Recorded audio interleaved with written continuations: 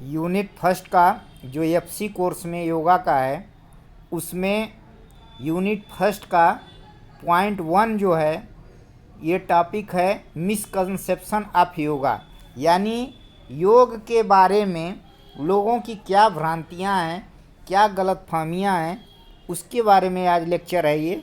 और आप लोग वीडियो को अच्छे से देखिए, क्योंकि मैं जो वीडियो आप लोग को दे रहा हूँ वो यह वीडियो आपके जो फाउंडेशन कोर्स है, योगा का जो फाउंडेशन कोर्स है उससे संबंधित है और उसी टॉपिक के अनुसार, उसी पॉइंट के अनुसार, उसी सिलेबस के अनुसार मैं वीडियो बना रहा हूं ताकि आप लोग को इसका बेनिफिट मिल सके।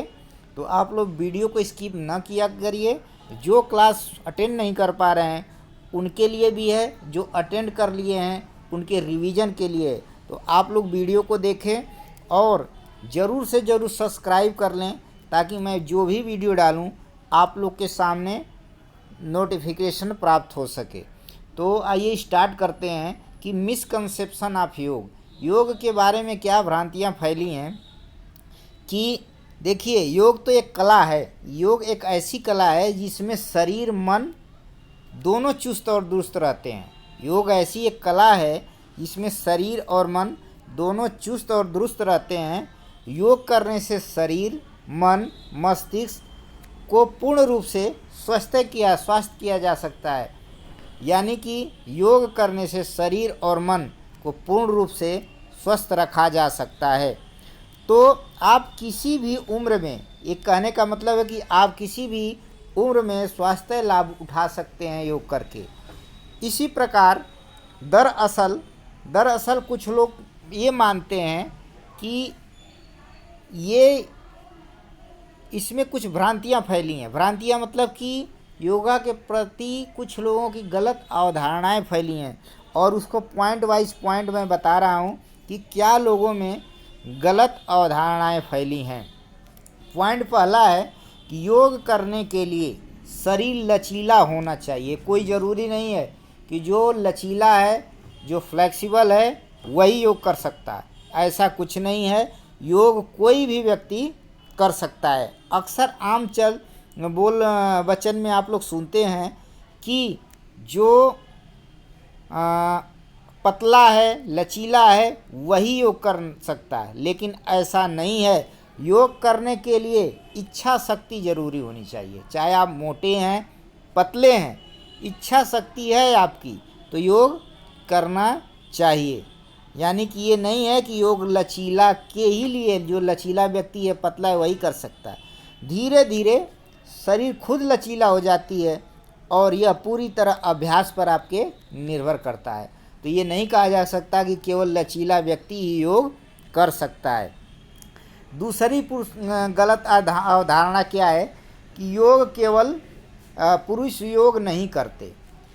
लोगों का मानना है कि पुरुष योग नहीं करते। तो देखिए, पुरुष योग करते हैं, ये ज़रूरी नहीं है, लेकिन यह सही मायने है योग पुरुषों के द्वारा ही शुरू किया गया था। यह योग जो शुरू किया गया था वह पुरुषों के ही द्वारा शुरू किया गया था। आज भी योग करने वाले लोगों में महिलाओं की तुलना में पुरुषों की संख्या ज़्यादा है। तो ये माना गया है कि जो योग की उत्पत्ति हुई थी पुरुषों के द्वारा ही की गई थी और पुरुषों के द्वारा ही शुरू किया गया था। आज के वर्तमान समय में महिलाओं से ज़्यादा योग पुरुष ही करते हैं। तीसरा मिसकंसेप्शन क्या है कि योग करना काफ़ी महंगा है। गलत अवधारणा है। महंगा नहीं है, योग करना काफ़ी महंगा नहीं है। लोगों को लगता है कि योग कराने के लिए योगा सेंटर की फीस काफ़ी ज़्यादा होती है, जबकि आप इंटरनेट के ज़रिए ऑनलाइन योग फ्री में भी कर सकते हैं। तो काफ़ी महंगा नहीं है। इसके लिए आपको कोई उपकरण की ज़रूरत नहीं है। आप अपने घर पे, अपने बिस्तर पे, अपने किसी फर्श पे कहीं भी योग कर सकते हैं। योग बिल्कुल सस्ता गेम है या बिल्कुल सस्ता साधन है जो आपको स्वस्थ रख सकता है। चौथा अवधारणा क्या गलत है कि योग को धर्म से जोड़ा जाता है। आज के समाज में लोग योग को एक विशेष समुदाय और धर्म से जोड़कर देखते हैं, लेकिन ऐसा बिल्कुल नहीं है। योग कोई धर्म नहीं है, इसे धर्म से जोड़ा नहीं जा सकता। योग आपके शरीर को स्वस्थ रखने का एक माध्यम मात्र है। आप लोग को अर्थ बता चुका हूँ कि योग का मीनिंग क्या होती है। तो योग कोई धर्म नहीं है, कोई रिलीजन नहीं है, बट योग एक ऐसा माध्यम है जिससे शरीर को स्वस्थ रखा जा सकता है। अगला मिसकंसेप्शन क्या है, इसकी अवधारणाएं क्या है कि योग एक्सरसाइज नहीं है। योग एक्सरसाइज नहीं है। लोग मानते हैं कि जितनी कैलोरीज, जितनी ऊर्जा आप ट्रेडमिल पर एक्सरसाइज करके बर्न कर लोगे उतनी योग से नहीं कर पाओगे। लेकिन वो ये नहीं जानते कि योग भी एक तरह की एक्सरसाइज ही है। योग भी एक तरह की एक्सरसाइज ही है जो आपके शरीर के लिए बहुत लाभदायक है। यही नहीं, कई लोगों को लगता है कि महिलाएं प्रेगनेंसी के दौरान योग नहीं करती, जबकि यह बात सही नहीं है। प्रशिक्षक की देख रेख में वो भी योग करती हैं। और योग एक एक्सरसाइज का ही पार्ट की तरह है जिसमें भी कैलोरी भी बर्न होती है। उसमें कई तरह के योग हैं जो कैलोरी को बर्न करने का काम करते हैं। छठा है कि योग सिर्फ युवाओं के लिए है। ये गलत बात है। योग सिर्फ युवाओं के लिए है, बच्चों के लिए है। अक्सर यह बात बड़े बुजुर्गों को कहते सुनी होगी। बड़े बुजुर्ग लोग कहते हैं कि योग सिर्फ बच्चों के लिए है, युवाओं के लिए है। लेकिन योग हर उम्र के लोगों के लिए लाभदायक है। चाहे 20 साल के युवा हो या 70 साल का बुजुर्ग, योग सभी के लिए फ़ायदेमंद है, सभी के लिए लाभदायक है। इसलिए ये नहीं कहा जा सकता कि योग केवल बच्चों और युवाओं के लिए है। योग सभी उम्र के लोगों के लिए है। 7वां एक मिसकंसेप्शन है क्या कि योग करने से समय ज़्यादा होना चाहिए लगता है। तो योग अक्सर योग इसलिए भी नहीं करते क्योंकि उन्हें लगता है कि योग करने में काफ़ी समय लगता है। ऐसा कुछ नहीं है। लेकिन अगर आप प्रतिदिन 10 मिनट भी योग करते हैं तो आपके शरीर को बहुत लाभ मिलता है। कोई ज़रूरी नहीं है कि आप घंटे घंटे योग करिए, लेकिन नियमतः अगर किसी चीज़ को 10 मिनट भी रोज़ कर रहे हैं तो आपके शरीर को बहुत ज़्यादा बेनिफिट मिलेगा। उसके बाद हमारा 8वां मिसकंसेप्शन क्या है कि योग सिर्फ पतले और फिट लोगों को करना चाहिए। लोगों की अवधारणा ये है कि योग जो सिर्फ पतले ही लोग करते हैं और जो फिट रहते हैं वही करते हैं। तो ये बात सरासर गलत है। ऐसा नहीं है। जो लोग शरीर से पतले और फिट हों वही योग कर सकते।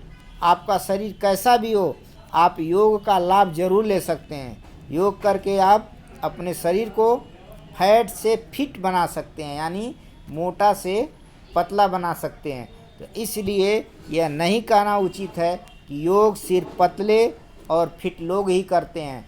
योग वो सभी लोग करते हैं, सभी एज के लोग करते हैं, सभी उम्र के लोग करते हैं, चाहे मोटे हों या पतले हों। इसी तरह 9वां क्या मिसकंसेप्शन है कि योग में विविधताएं कम हैं, यानी योग में भिन्नताएं कम हैं। तो लोगों को लगता है कि योग केवल 1-2 ही आसन है। ऐसा नहीं है, लेकिन ये बात भी गलत है। अगर आप किसी से योगा क्लास में जाकर सीखें तो आप हर रोज़ बहुत से नए नए आसन देखने को और करने को मिलेंगे।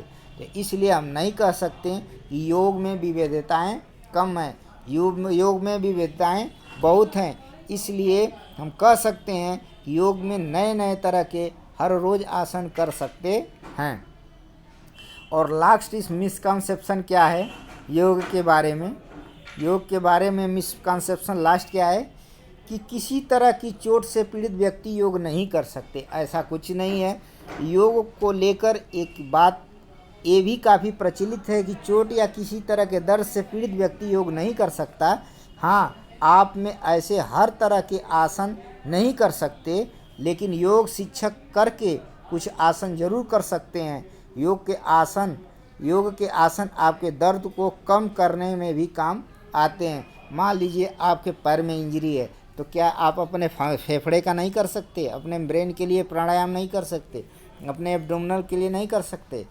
तो ऐसा नहीं है कि आप किसी तरह की इंजरी हो और योग नहीं कर सकते। तो योग में भी कई तरह के योग हैं, आप किस पार्ट का करना चाहते हैं उस पार्ट का कर सकते हैं। तो इस तरह मैं यूनिट फर्स्ट का पॉइंट फर्स्ट में जो मिसकंसेप्शन है, भ्रांतियां हैं योग के बारे में, उस टॉपिक पे चर्चा किया हूँ। आप लोग वीडियो को देखिए और अपने दोस्तों को भी शेयर करिए।